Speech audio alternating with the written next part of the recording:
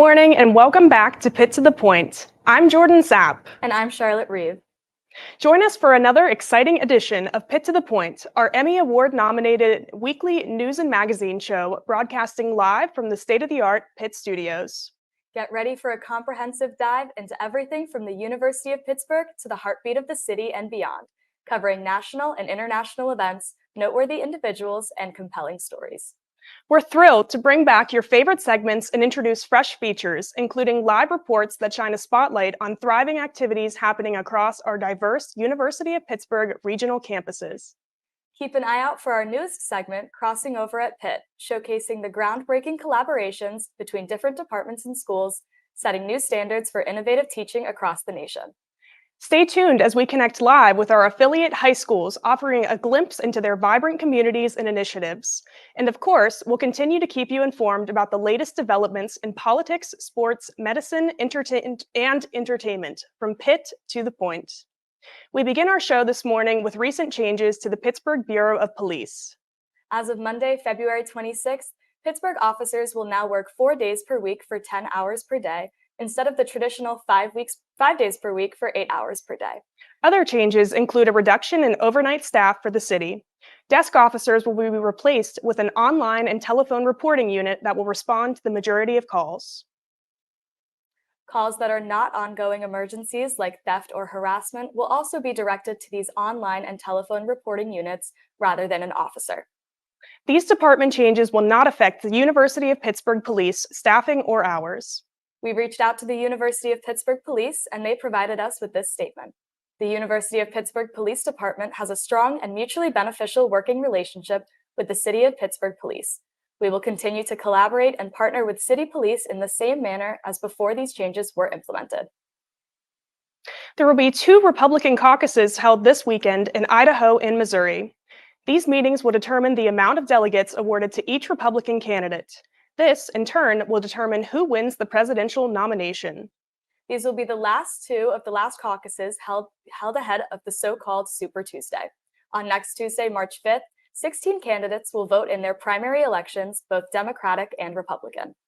As of now, former President Donald Trump remains the Republican lead with 122 delegates, while Nikki Haley falls behind with a mere 24 delegates. Also, political Mitch McConnell recently announced he will be stepping down as Senate Republican leader this November. We turn to our political reporter, Olivia McDonald, to hear more on these stories. Olivia? Thanks, Jordan and Charlotte. On Tuesday, President Joe Biden and former President Donald Trump led Michigan's presidential primary by a landslide. Along with Michigan, Missouri, and Idaho will host their Republican caucuses starting Saturday morning. Take a look at what happened and what's to come. Coming out of the Michigan presidential primary, Joe Biden and Donald Trump won the most delegates for their party. This will most likely lead to them going head-to-head in the 2024 presidential election. Joe Biden lost 100,000 Democratic votes due to how he has been handling the Israel-Gaza conflict. We are voting uncommitted. These Michigan Democrats are declaring their protest vote against Joe Biden, the president they helped elect in 2020. Turning the tide, his administration's reluctance to call for a ceasefire in Gaza. Over the next 3 days, Nikki Haley and Donald Trump will be going head-to-head in 5 different Republican caucuses. On Saturday, Michigan will give the rest of their 39 Republican delegates to either Trump or Haley. The Missouri Republican Party will hold presidential caucuses on Saturday, offering voters their only chance to weigh in. 32 delegates are up for grabs in the Idaho caucus. If a candidate gets 50% of the votes, they will take home all 32. However, if a candidate gets 15% of votes, the delegates will be split. The Washington, D.C. and North Dakota caucuses are happening right before Super Tuesday. These states together will offer 48 delegates for the Republican candidates to take home. Illinois Judge Tracy Porter concluded that Trump is disqualified from the ballot because of his engagement in the January 6, 2021 insurrection. States have already taken his name off their ballots, and this is the second case going to the Supreme Court involving him. The Supreme Court is now going to decide if Trump should be immune from prosecution regarding how he tried to overturn the 2020 election. On Wednesday, Mitch McConnell announced that he would step aside as his role of Republican leader of the Senate. McConnell plans to serve out the rest of his term that goes till January 2027, just from a different seat in the Senate. One of life's most underappreciated talents is to know when it's time to move on to life's next chapter. So I stand before you today, Mr. President, and my colleagues, to say this will be my last term as Republican leader of the Senate. However, I'll complete my job my colleagues have given me. These states' caucuses are held just days before this year's Super Tuesday, which is taking place on March 5th. For Pitt to the Point, I'm political reporter Olivia McDonald. Jordan, Charlotte. Thanks, Olivia. Starting last Monday, the Supreme Court began hearing a case that could change how you use social media. The case began after Texas and Florida passed laws regarding social media's ability to ban users from their platform. In 2021, Twitter and Facebook banned former President Donald Trump from their platforms for his remarks during the alleged January 6th insurrection. This ruling will decide the precedent of if social companies will be treated more like news outlets or businesses under the law. The states argue that social media companies align more with business practices and therefore should not be allowed to restrict the content on their platforms. This case argues the application of the First Amendment and where it stands concerning social media. Now, the North Shore is known for its music and sports venues, and many students in particular are fans of the area for its popular bar establishments. Now, one company has introduced plans to expand the North Shore, adding even more destinations for Pittsburghers. With more on this is our business and technology reporter, Jack Agnew. Jack? Thanks, Jordan and Charlotte. Did you know that George Ferris, inventor of the Ferris wheel, used to be a resident of Pittsburgh's North Shore in 1893? This fact might be a little easier to remember in the future thanks to Pitt Company's new Esplanade project. Besides a 174-foot Ferris wheel, Pitt is planning to renovate over 8 acres of land along the Ohio River into a new, mixed-use community center. Pittsburgh's North Shore could be looking very different very soon. Real estate, hospitality, and development company Pitt has released newly rendered images of their planned Esplanade project, a potential hub for housing, entertainment, and tourism in the City Chateau neighborhood. The Esplanade, meaning promenade over water, will be just that, a massive renovation of the land upon the Ohio River.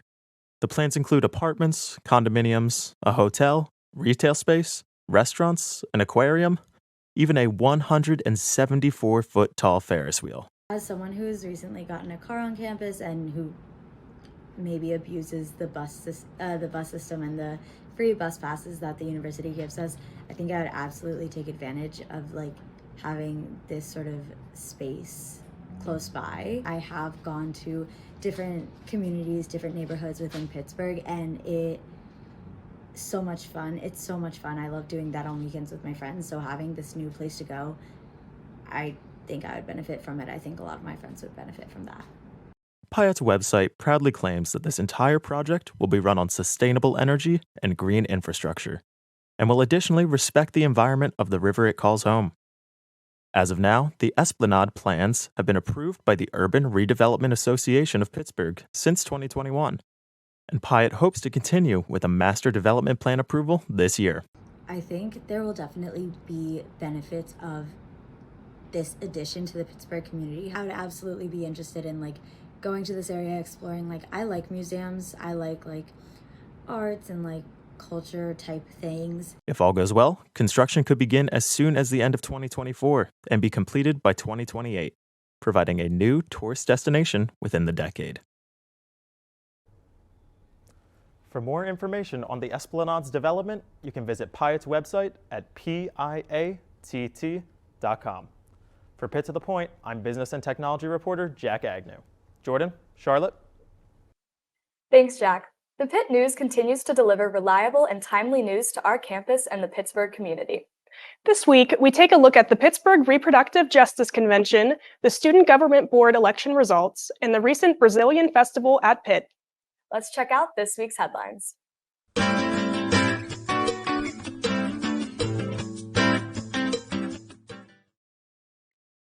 Reproductive Rights and Justice Convention.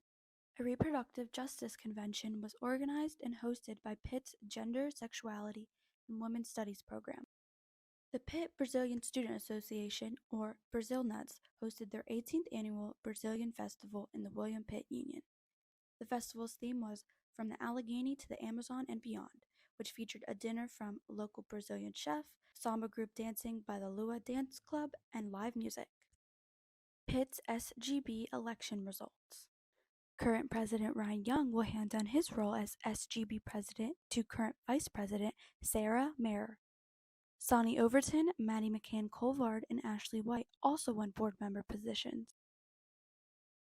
It's just important to be able to have a say in what is going on within their own student government, because the student government is in charge of a lot of things. I know with allocations for club funding. And I know, specifically with voting this time, there's two different questions that are about how they do allocations and increasing the student activity fee and stuff like that.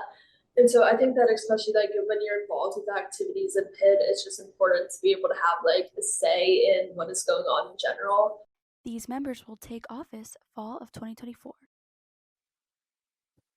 For all you Yinzers out there, it's hard to forget the amazing touchdown Jerome the Bus Bettis made for the Steelers in 2006 Super Bowl. Learn about the legendary sports guest who made that call coming up soon. Guys, greatness is only a few feet away from us. It's up to us to walk that mile. But I want you to hold on to the ball. I will. All right, you promise me?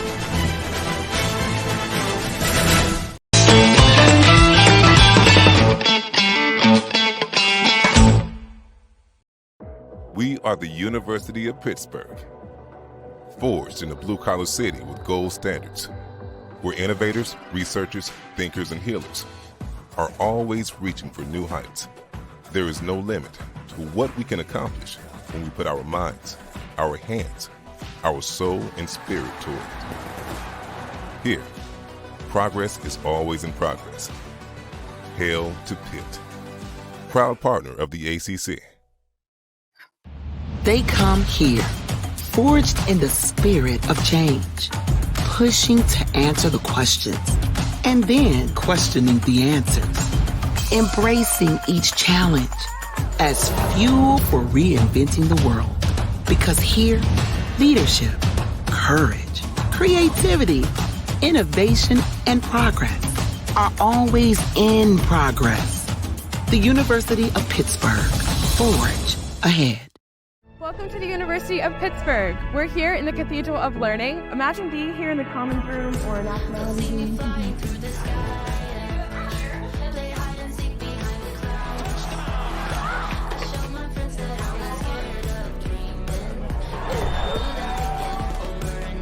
What do you think?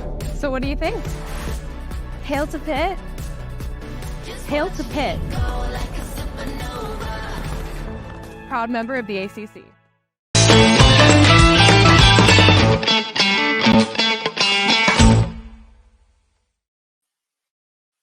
Have you watched a story today that's interested you and want to find out more about what's going on in Pittsburgh? Then visit our website.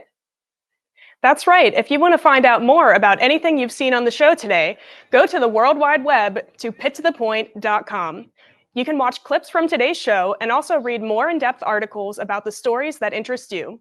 Find all of this and more on pittothepoint.com. And make sure you check out us on social media platforms, Instagram, TikTok, and your mom's favorite, Facebook. They're all under the name Pitt to the Point, and that is spelled with the number 2. You'll see our talented cast of reporters on there, as well as behind-the-scenes footage from our crew. Folks, it's now time for our segment that reaches out to high schools across Pennsylvania. This week, we're working with our own Pitt to the Point alumna's alma mater, Lancaster Catholic High School.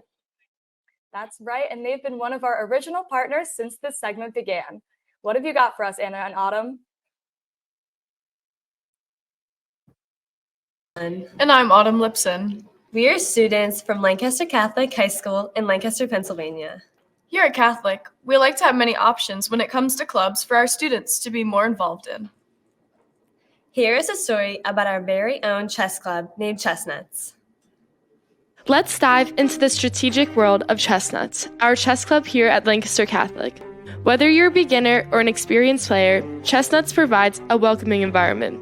This club meets just about once a week to work on strategies and skills. Chess Club is more than just a club. It's a community of individuals who share a love for the ancient game of chess. So as the captain, I get to play the 1Cs of the other schools, and so far I have an undefeated record. I like the competition, and winning chess games is really satisfying. I think it's lovely to get to see the interest in younger minds and get to see how they grow and develop as they go through their season. Not only is chess an enjoyable game, but it's also a competitive way to brush up on some brain skills. For the Lancaster Catholic Morning Show, I'm Gemma Navikas.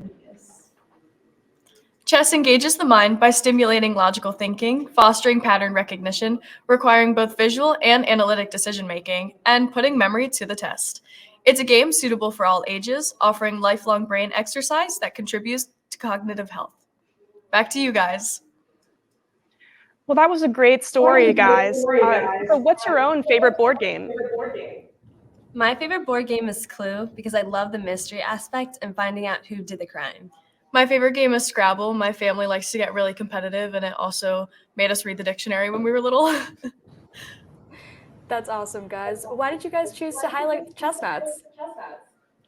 We have a new teacher this year, which was he was previewed in the package that we made, and one of our team members created the package. And we thought it was a really good way to give them some publicity because not everyone knows that we really have a chess club, and there's definitely a lot of people that would be interested in joining. That's awesome. Did you guys learn any fun facts about chess? I learned that each player is ranked, and then when they go against other teams and schools, they play against the person that is also ranked the same number as them. Well, that was a great story, guys. Again, thank you so much.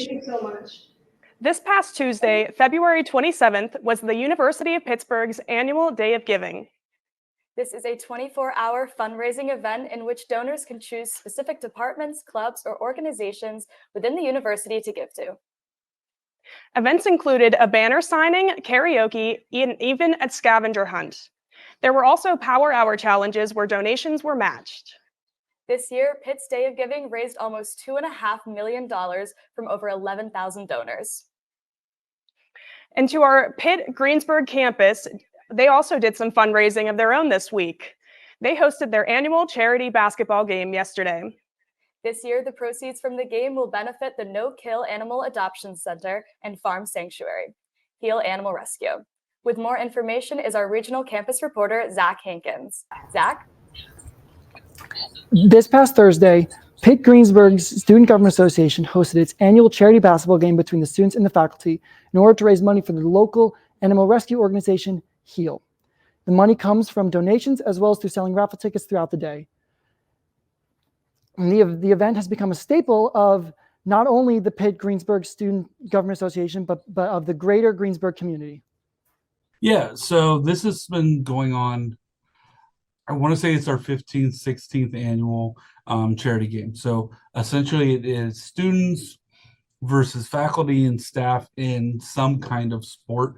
Basketball's been the most common, but there's been some volleyball, and there's been a couple years of kickball. Each year then the Student Government Association will pick a different charity. I try to encourage them to do something local or something that's affecting our campus, or something that maybe some of the members are connected with. The Student Government Association considered many options, including some organizations that were larger and more global in scale. However, they decided to go local and choose the animal rescue organization HEAL, which is based out of Youngwood, Pennsylvania. We focused our insights a little more on the local charities, and it was between Big Brother, Big Sister, and HEAL. We ultimately decided to go with HEAL because right now they have a project where they would like to get a neuter van for Westmoreland County. Beyond just raising money for charity, the event works to build and cultivate the greater Greensburg community. Me personally, I think we choose this event because not only does it connect us with community, because we tend to choose a local organization to donate any proceeds of money to, but it also builds the campus community together because it just, like I said, it gets everyone involved and all hands are on deck for it. While an official count of all the funds raised through yesterday's events has yet to be completed, it was estimated that between $5,000 and $6,000 will have been raised in order to support the wonderful animals over at HEAL. From Pitt to the Point, I'm regional campus reporter Zach Hankins. Jordan, Charlotte? Thank you, Zach. This week, our newest segment on Pitt to the Point is crossing over into the world of engineering and science. Brandon Granger and Paul Ohodnicki work on many projects together with the Electrical and Computing Engineering and Mechanical and Materials Science departments in the Swanson School of Engineering. Check it out.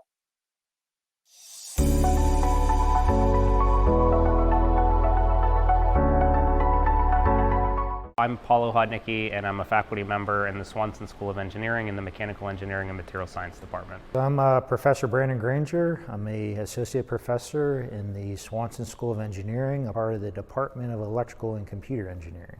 A lot of the work that I do is very interdisciplinary. This lab has an emphasis on electric power. My focus is on everything from the materials all the way up to manufacturing components based on those materials. It involves material science, electrical engineering. It even involves a little bit of physics and mechanical engineering as well. The Department of Energy is funding us to work on, hey, we have these rare earth elements and we want to use non-rare earth elements. We're going to be putting these elements in permanent magnet machines, and you'll see these in wind turbines, electric vehicles. Well, you need to have an abundant supply of non-rare earth elements for the vehicles that we're going to be using in the future. The students really drive the projects. My role is to find good problems for them to work on and to make sure they have the resources and the mentoring to be successful. But really beyond that, it's driven by the students and the researchers that are on the ground doing all of the work. And we really try and put together a team that has all of the characteristics to solve real-world problems. PhD students, master students, even undergrad students get involved in every project that we bring in-house. One of the highlights of my career would actually be in the facility right here, to bring in all these different organizations, but someone had to be in the center to kind of connect all the puzzle pieces together to ultimately establish the lab that you see in front of you. We had to come together in a multidisciplinary fashion to kind of pull this facility off. So that's how you actually take theory from the classroom to now, how do you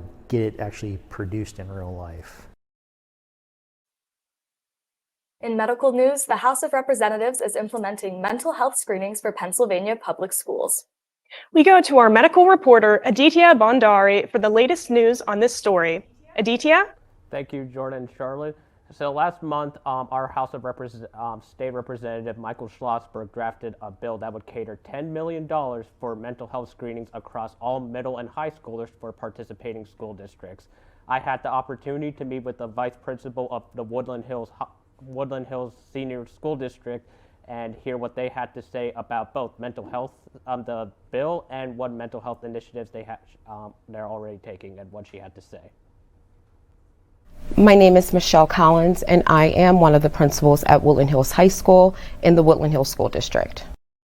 What has prompted the conversation around mental health screening in schools has been due to, of course, everyone has said COVID, and COVID, opened up the eyes of educators. So those conversations, I believe, are now taking place to put something in the schools that will help the students and help the families with the mental health. Just like we take care of our gut health, we take care of our, physical health, we also want to take care of the mental health. With the new pilot program that's being passed by the House of Representatives, I believe that educators need to be invited to the table. Be invited to the table and have an input on what the pilot program is going to look like for schools. What we have here is our resiliency room, and students who just need that timeout, that mental health check-in. This is the space that they use. Sometimes they just want to go sit in the hammock and just relax, and we give students those space. Just like adults, we need our time. We allow that time for our students as well. This space is utilized for to decompress and to regroup so that students can be successful for the rest of their school day. So while a lot is up in the air about this proposed bill, our state representative Michael Schlossberg hopes to discuss it later this month, as also this month the House of Representatives is set to return to Harrisburg, PA. With Pitt to the Point, I am medical minute reporter Aditya Bhandari. Jordan, Charlotte. Thanks, Aditya. If you remember this iconic Super Bowl call, then you'll want to stick around. A Pittsburgh Steelers legend will join us on the show after the break. Get ready to hear from the voice of the Steelers right here on Pitt to the Point. Stay tuned. In the far right corner of the end zone, Super Bowl 43 is history. The Pittsburgh Steelers have won the Super Bowl for a sixth time, unprecedented in the annals of NFL play.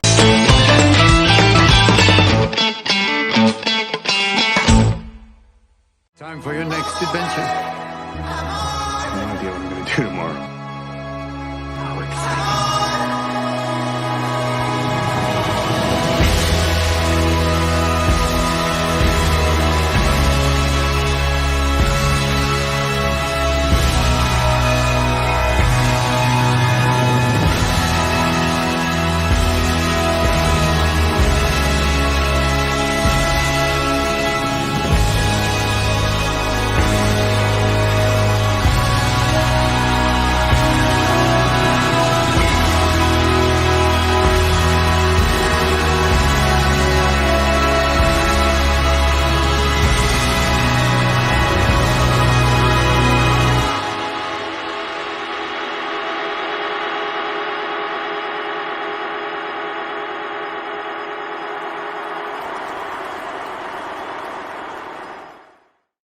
Welcome to the University of Pittsburgh. We're here in the Cathedral of Learning, which, if you can imagine being here in this grand historic building. I'm a time when I strive for the greatness, yeah.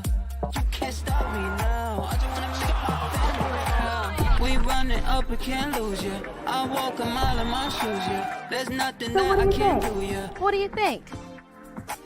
Hail to Pitt. Hail to Pitt.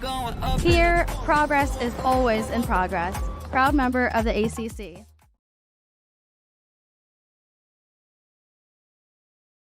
Welcome to the University of Pittsburgh. We're here in the Cathedral of Learning, which, if you can imagine being here in this grand historic building. I'm a time when I strive for the greatness, yeah. You can't stop me now. I just wanna we running up, we can't lose you. I walk a mile in my shoes, yeah. There's nothing that I can't do, yeah. What do you think? Hail to Pitt. Hail to Pitt. Here, progress is always in progress. Proud member of the ACC. Welcome back to Pitt to the Point. Now it's time for your weekend weather report. We're in for a rainy Saturday morning, which then becomes a high of 56 degrees. And it's supposed to be a beautiful sunny Sunday, reaching a high of 66 degrees. Make plans to be outside Sunday before we return to our usual Pittsburgh gray. Now, doesn't that feel good? If you've been to a chiropractor before, you'll know the relief I'm talking about. Now there is one less bone to pick with Pitt, since they are launching a program to the chiropractic school. Let's go to our Pitt beat reporter, Erin Clark. The University of Pittsburgh just announced their new Doctor of Chiropractic, or DC, program set to begin in the fall of 2025. The program is the first of its kind in the state of Pennsylvania and will be an addition to Pitt School of Health and Rehabilitation Science.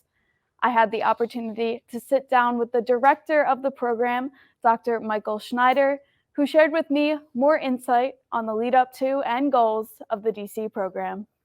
This is the first chiropractic program to be offered at a public university in the United States. So it's a very, very big deal.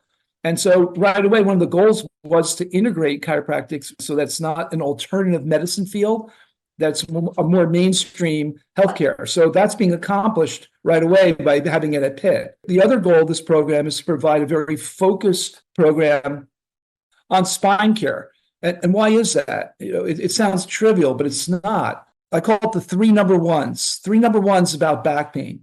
It's the number one cause of disability in the world. Number one cause for an opioid prescription in the United States. The third number one is low back and neck pain collectively are the most expensive medical condition in the United States.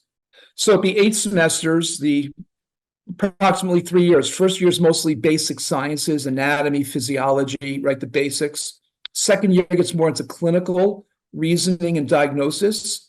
And our program's focused on spine and musculoskeletal, mostly spine. but all musculoskeletal problems. The third year is going to be more clinical, where they're actually in a clinic treating patients and doing integrative care with other healthcare professionals. The fall term of 2025 will be the first incoming class. We expect to open up applications this fall, probably August, September.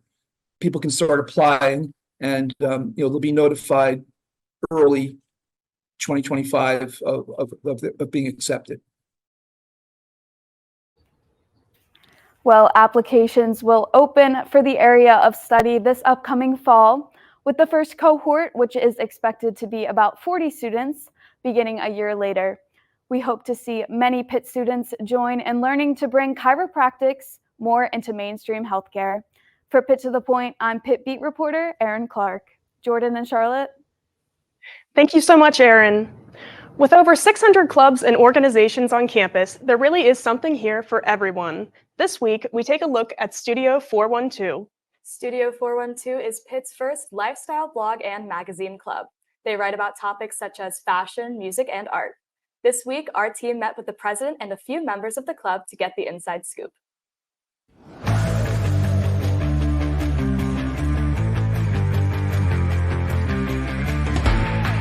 Studio 412 is a magazine, blog, lifestyle club where we write articles based entirely off of the creativity of students. The best thing about this club is that you have really endless opportunity within anything: writing, graphics, design, art. It just takes an army, and it takes all different kinds of artistic contribution. Our theme this year is youth, childhood, nostalgia, all that. But yeah, we just like to pick the ones that we feel like there's a lot of heart behind them. We feel like they're relatable, but also tell kind of a unique perspective. We take a lot of like personal pieces, it's personal essays, it's all based off of, your piece is all based off of the writer and what you want to write. It's a great environment to foster creativity because we're all like each other, it's just one big group of friends. It's just a really great community where you find a lot of people who can relate to things you may not have thought they would relate to. I think it's a nice little stepping stone. It allows people to get more comfortable writing for kind of an audience. Yeah, it's just fun at the end of the day too. It's important to have a creative outlet. It's important to feel like you belong on campus. Coming in as a transfer student, having absolutely no idea what I wanted to do, I felt so alone and nowhere to go. And I think so many people feel like that, and it's such an isolating feeling. So being able to know that you can come to a club where we will always accept your writing, we want to know what you have to say. I always tell people, if you do not use the pronoun I once in your piece, you need to rewrite it. We want to hear your opinions. And I feel like on such a big campus, you don't get a lot of places to do that. You kind of just become another fish in the sea. And so Studio 412 is really important because you get a voice to be able to share with it whatever you want to do, whether that's editing, photography, graphics, writing. You can do all of it, and it's just really cool to be able to be a part of a community like that.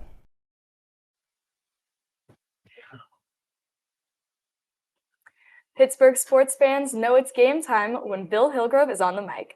He's been the play-by-play announcer for the Pittsburgh Steelers for 30 years. Even if you don't watch sports, and I know I don't, you'll still know his voice, which speaks to his predominance in this city. But all of that will change this fall when the veteran broadcaster retires from the NFL broadcast booth. He's narrated nearly 500 Steelers games, including their 2 Super Bowl wins. Hillgrove is 83 and wants to spend more time with family at Conneaut Lake. Let's check out an unforgettable call from Hillgrove. Ben gets the snap. He's back. He pumps. He scrambles around, throws it back corner of the end zone. Santonio with a touchdown. Santonio home. I don't know how he did it.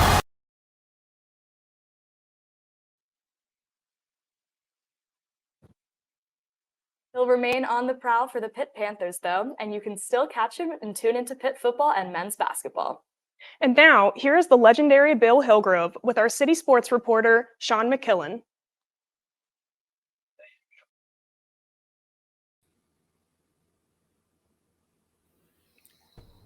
I'm having trouble hearing you, Sean. Can you hear me? Mr. Hillgrove? There we go. All right, now we got the glitches out and ready to roll. All right, let's get right into it, shall we? Sure. So, first off, congratulations on an illustrious Pittsburgh Steelers commentating career. I mean, you're an idol to all of us future sports broadcasters, so thank you very much for everything you contributed to the game. And, I mean, I hope retirement suits you well, sir. Well, I quote Chuck Noll, who said, if you're thinking about it, it's time. And, when I took the job, I told Art Rooney II, I said, I have the energy to do both. And but that was 30 years ago. The energy, thanks to Mother Nature, has changed a bit. So I have to, make a tough decision, but I'm sure it's the right one. You can't go from 100 miles an hour to 0. So I'm going to get down to 50 miles an hour and be content to do Pitt football and basketball. Absolutely, Mr. Holgrove. And I wanted to ask you a few questions regarding your career. And let's start off with where it began. So your first job actually was as a disc jockey. And now 56 years later, you retire as a Dapper Dan Lifetime Achievement Award winner, a play-by-play announcer of 2 Super Bowl championships, and a PA Association of Broadcast Hall of Famer. I mean, did you ever think you'd ever have anything like this ever happen to you in your illustrious career? No, I kind of let the gentle winds push me. I always, loved sports. As a matter of fact, from my home in Garfield up on top of the hill, I could see the lights at Forbes Field, and I said to myself, I'd like to be part of that someday, thinking that perhaps I could be a Major League Baseball player. Well, I wasn't the best player in my neighborhood, so how am I going to be a Major League Baseball player? And so I was able to combine that love of sports with an ability that I discovered at a young age to have, some talent on this side of the microphone. And it's worked out rather well. But yeah, I was a disc jockey, and they came to me and said, have you done play-by-play? And I said, when I was a student at Duquesne University, they had an on-air station, which they don't anymore. And I had a chance to cut my teeth. I did a little bit of high school football and a lot of Duquesne basketball, which at the time used Fitzgerald Fieldhouse as the home venue. And, it just, I said to the boss, yes, I've done play-by-play. And he said, good, Ed Conway will do football, you'll do basketball. And I got my sports hat on. That was 1969. I love what you said when you brought up talent and all the history you brought up with the Fitzgerald Fieldhouse, and a bunch of other historic moments that happened with the Steelers. And speaking of that, we're going to take a quick look, Bill, at some of your famous calls over your illustrious career. Hello, everybody. I'm Bill Hillgrove along with Myron Cope. For the right to go to the Super Bowl. He has time and he launches a rainbow and it goes up and it's starting to come down to the end zone. And down there it is juggled and in the end zone. Oh my! Drop! The ball hit the turf. The Steelers are headed to Phoenix. Go. Gets the snap. He scrambles around, throws it back corner of the end zone. Santonio with a touchdown! Santonio Holmes! I don't know how he did it. Dominique Rodgers-Cromartie doesn't know how he did it. Guys, greatness is only a few feet away from us. It's up to us to walk that mile. The give to the right, and the bus waits. The bus drives, and the bus gets to the goal line. Touchdown, Pittsburgh! Jerome Bettis! If you would say, show me what the bus is all about, I'd play that play for you. That's what the bus is all about. Bill, those calls just almost like light a fire under you. It's so passionate, and it's unlike almost any other commentator who's ever graced the microphone when it comes to commentating a game on the gridiron. So congratulations on those famous calls, and especially the Santonio Holmes one. That's just a personal favorite. Well, thank you very much, Sean. As a kid who grew up in Pittsburgh, I grew up rooting for these teams that, I got the privilege to call. And so I think the passion comes naturally. It comes easy. There's the interview with Aaron Donald when he filled up his trophy case a few years back. And he has been good to Pitt, and what a person. I remember Kevin Colbert, the general manager at the time of the Steelers, talking about Aaron. He said, we watched his tape against Georgia Tech, and it took him like 3 or 4 plays. And then once he figured out what they were doing, he was in their backfield the rest of the game. He was a pretty special player. There's my longtime partner, Dick Rote, 40 years together. Probably the greatest athlete that Western Pennsylvania has ever produced. Absolutely. And there's some acknowledgement from the Oakland Zoo and the crowd. It's a good ride, and thank goodness it's not going to end. just part of it. Absolutely. And Bill, I'm going to ask you one last very question. So what legacy do you hope to leave behind after calling it an end on your illustrious Pittsburgh Steelers commentating career? I want to thank the fans. Without the fans, you don't have a game. If you don't have a game, you don't have a broadcast. And so I owe it all to the fans. And fortunately, the Pitt fans will still be able to share some great moments. Well, Bill, thank you very much for joining us today. It has been an honor being able to speak with you. And now we're going to toss it back to Charlotte and Jordan at the desk. Thank you so much to Mr. Hillgrove and Sean McQuillan. I'd like to correct myself there. So, hey, Charlotte, do you like museums? I love museums, especially the museums here we have on campus. Well, our local museums, the Heinz History Center and the Children's Museum of Pittsburgh, have made some history of their own recently. Our City Beat reporter, Lily Cohen, has more information on their recent rewards. Lily? Two of Pittsburgh's very own museums snagged top spots in USA Today's 10 Best Reader's Choice Awards. America's Best History Museum went to the Heinz History Center, and the nation's second best Children's Museum went to the Children's Museum of Pittsburgh. We spoke with Brady Smith from the Heinz History Center to hear his thoughts on this incredible achievement. Just completely honored at the History Center that readers here in Pittsburgh and around the country voted for the Heinz History Center as the #1 history museum. What makes it even more special is just the company that we were on the list that we were able to edge out for the #1 spot.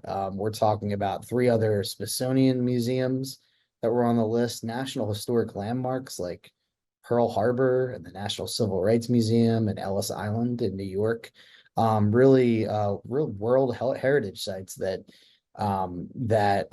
we very much respect as institutions and our peers who work there.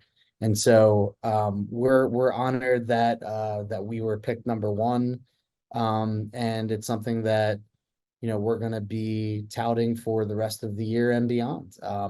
Pittsburgh is the city of champions, of course, and we're just happy to add another #1 to the list. That doesn't happen if you don't have amazing support from the community.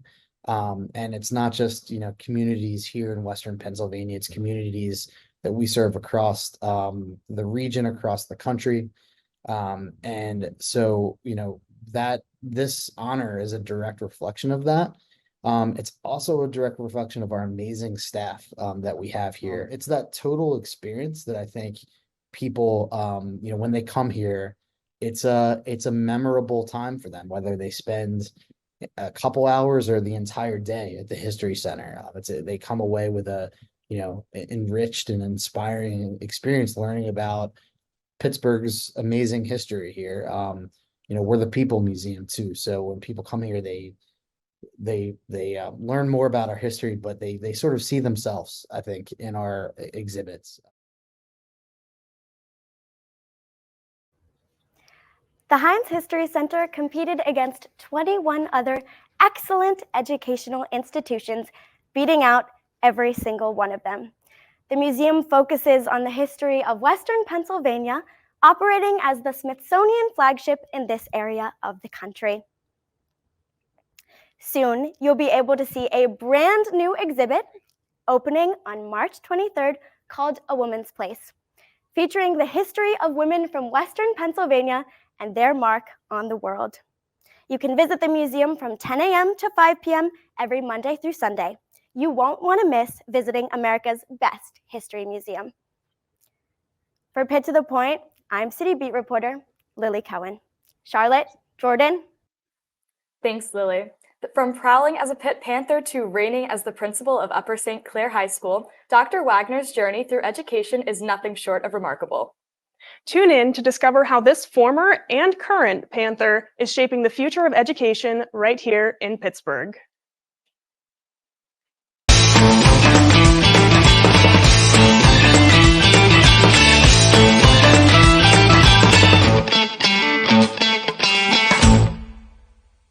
Welcome to the University of Pittsburgh. We're here in the Cathedral of Learning, which, if you can imagine being here in this grand historic building. I'm a time when I strive for the greatness, yeah.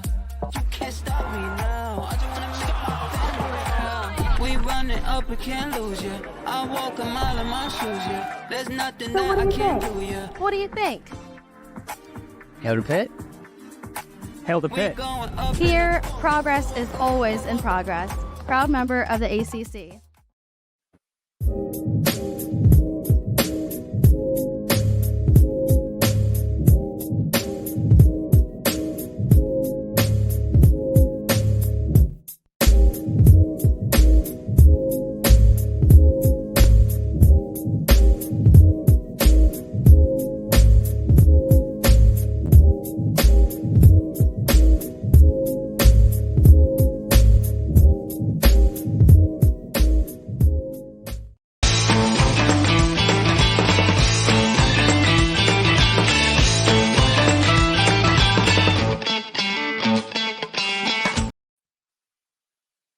In addition to that great interview with Bill Hillgrove today, we have even more about Pittsburgh sports to keep you in the loop.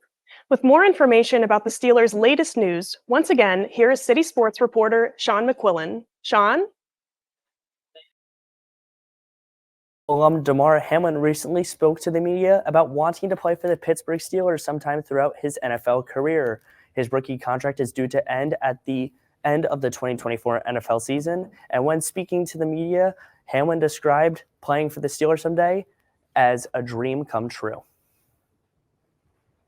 Damar Hamlin is seeking to come back to a familiar home here at Acrisure Stadium, formerly known to him as Heinz Field. In Heinz Field, probably for like 8 years straight between Whitfield Championships and Pitt.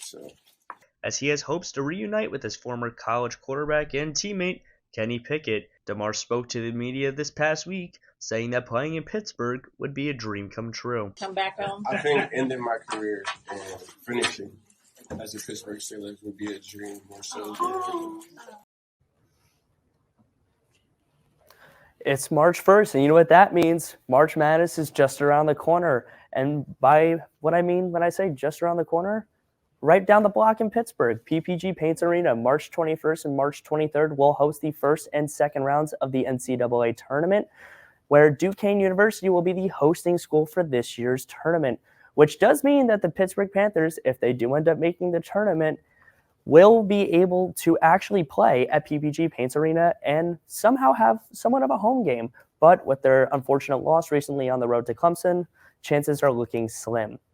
Now, let's turn to the wrestling world and WWE, where former WWE superstar Michael Jones, better known to his fans as Virgil, has sadly passed away at the age of 72. Virgil has had a rough battle with health concerns over the past few years, and best being known for being the bodyguard in the late 80s and early 90s as the $1 Million Man. Our thoughts and condolences from the Pit to the Point crew are sent to the Jones family. Well, that's going to wrap it up for me on the City Sports segment this week. Charlotte, Jordan, back to you. Thank you, Sean. We now turn to our Pitt Sports Pitt Sports reporter, Megan O'Connell. In Jordan, this week, Pitt Sports diving and swimming and women's lacrosse have standout players shattering records and dominating on the field. Furthermore, exciting news surrounding the release of College Football 25 and Pitt football's involvement has the campus buzzing with anticipation. Now, let's dive into Pitt Diving and Swimming's latest updates. Junior Cameron Cash won the ACC 3-meter diving championship in Greensboro, North Carolina this past weekend, and he broke the school record with an impressive score of 448.95. His exceptional dive earned him the title of Most Valuable Diver and is well-deserved considering he's qualified for the NCAA championship for 2 consecutive seasons. Notably, Dylan Reed, one of Cash's teammates, put on a remarkable performance as well, clinching second place in the 3-meter, finishing just behind Cash. Meanwhile, in women's lacrosse action, the Pitt Panthers faced a serious challenge as they faced off against the reigning NCAA champions and ACC powerhouse Boston College last Saturday.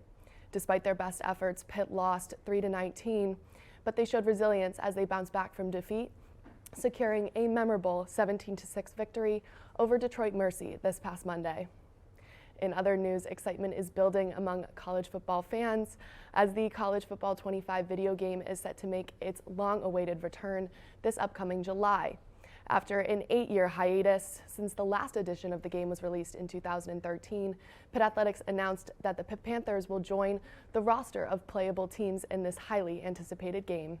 With EA Sports releasing a teaser featuring Pitt football, players who appear in the game through NIL agreements are set to receive $600 along with a copy of the game. For Pitt to the Point, I'm Pitt sports reporter Megan O'Connell. Charlotte, Jordan. Thank you, Megan. It's time for our alumni spotlight. This week, we're shining a light on Dr. Tim Wagner. Dr. Tim Wagner graduated from the University of Pittsburgh in 2013 with his doctorate in education.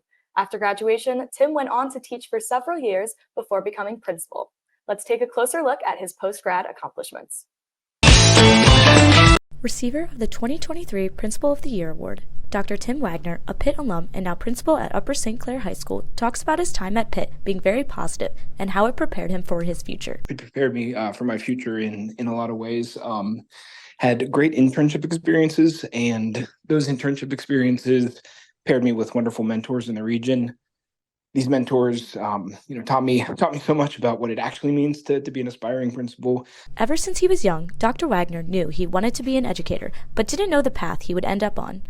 Didn't necessarily begin the career journey thinking that I would, move into school leadership, but I learned that, there were many components of what I was enjoying about my time in the classroom, where I spent the first 8 years of my career, and wanted to translate some of that learning into service to a broader group of people beyond, the students that I teach, in this case, to an entire school community. Dr. Wagner's love for what he does and the people he does it for shows through when receiving his award.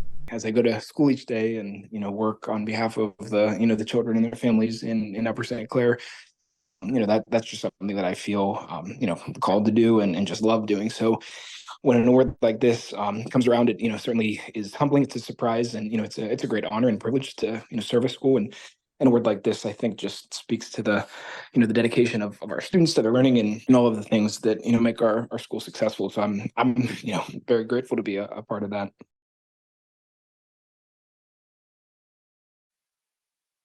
Did you know that the famous zombie movie Dawn of the Dead was filmed right outside of Pittsburgh? A local convention this weekend continues Pittsburgh's legacy of horror.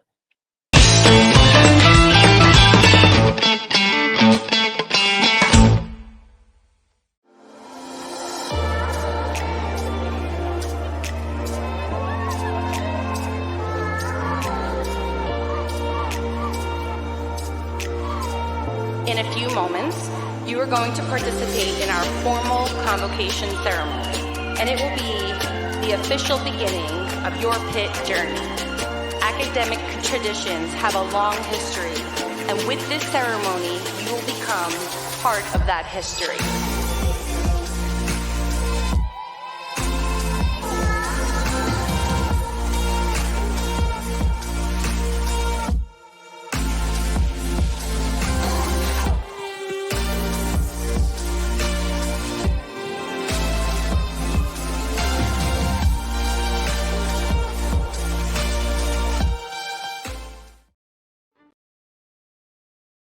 Welcome to the University of Pittsburgh. We're here in the Cathedral of Learning, which, if you can imagine being here in the grand historic building. I'm a time when I strive for the greatness, yeah. You can't stop me now. I just wanna stop. We running up, we can't lose you. I walk a mile in my shoes, yeah. There's nothing that I can't do, yeah. What do you think? Hail to Pitt. Hail to Pitt. Here, progress is always in progress. Proud member of the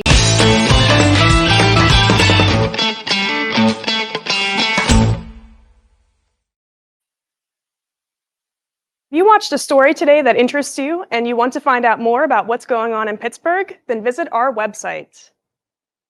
That's right. If you want to find out more about how the world of politics, medicine, business, and technology, and more, log on to pittothepoint.com. Not only can you see clips from today's show, but you can also read about the topics that interest you and go to all of our social media. Check it out at pittothepoint.com.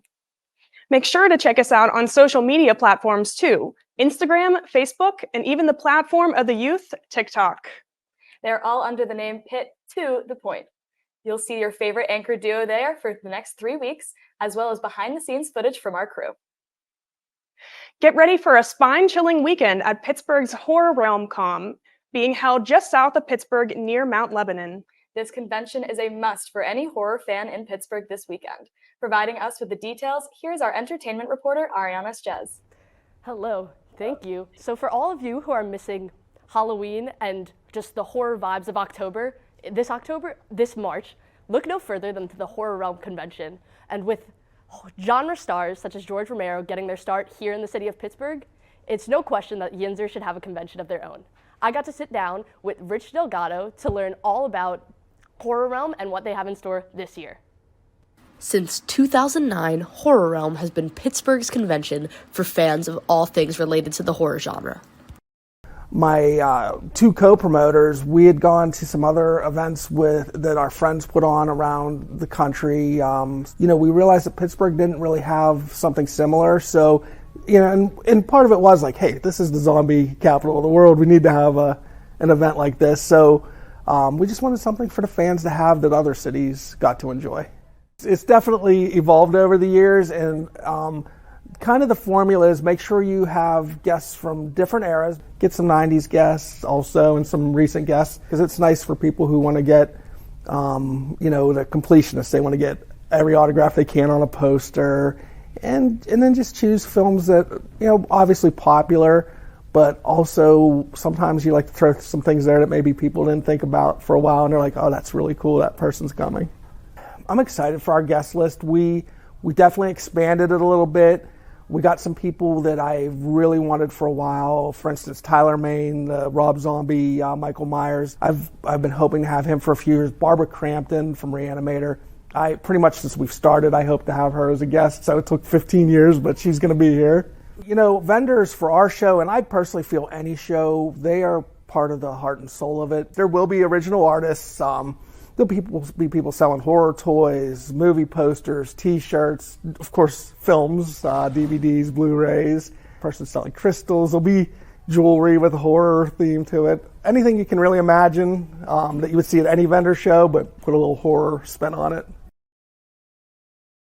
This year's convention will be held from Friday, March 1st through Sunday, March 3rd at the Crown Junction Hotel in south of Pittsburgh.